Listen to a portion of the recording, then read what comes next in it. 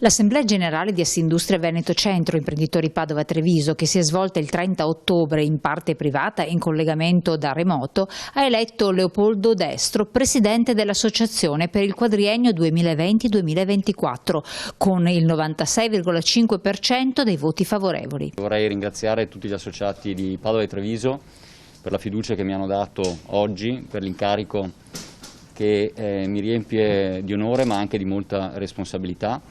E quindi un grazie a tutti gli associati. Un grazie però va anche ai due presidenti uscenti, Maria Cristina Piovesana e Massimo Finco, per quello che hanno fatto, un testimone importante da raccogliere per un'associazione ancora forte. I temi del mio programma vanno ad incentrarsi su alcuni capisaldi secondo me fondamentali, perché in un momento così difficile per il nostro Paese, per il nostro territorio, penso che comunque sia importante guardare oltre. Quindi penso che i temi della digitalizzazione, della sostenibilità, del capitale umano, dell'Europa e dell'internazionalizzazione e delle infrastrutture sarà fondamentale da affrontare e dovremo avere la forza di affrontarli in maniera competente a fianco a tutti i nostri imprenditori. Il neopresidente raccoglie l'importante testimone con la passione, la tenacia e il coraggio degli ex presidenti Maria Cristina Piovesana e Massimo Finco di Assindustria Veneto Centro, associazione unica nel suo modello innovativo e che conta 3.500 imprese associate. Leopoldo Destro ringrazia tutti i colleghi per la fiducia dimostrata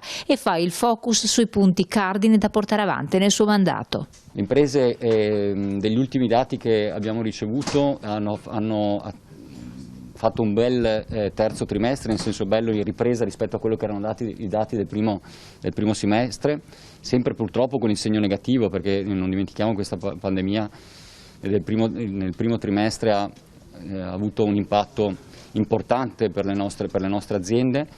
Il segno rimane negativo ma in miglioramento rispetto al semestre precedente.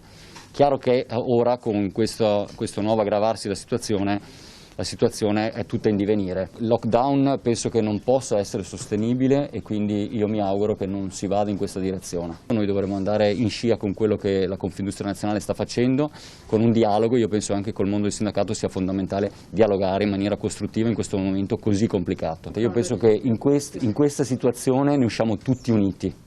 È importante stare veramente tutti uniti. Leopoldo Destro, il primo presidente unico di Assindustria Veneto Centro, con la sua elezione si conclude il periodo fondativo seguito alla costituzione dell'associazione il 15 giugno 2018, dall'integrazione tra Confindustria Padova e Unindustria Treviso, che ha visto alternarsi alla guida nel primo biennio i presidenti Maria Cristina Piovesana e Massimo Finco.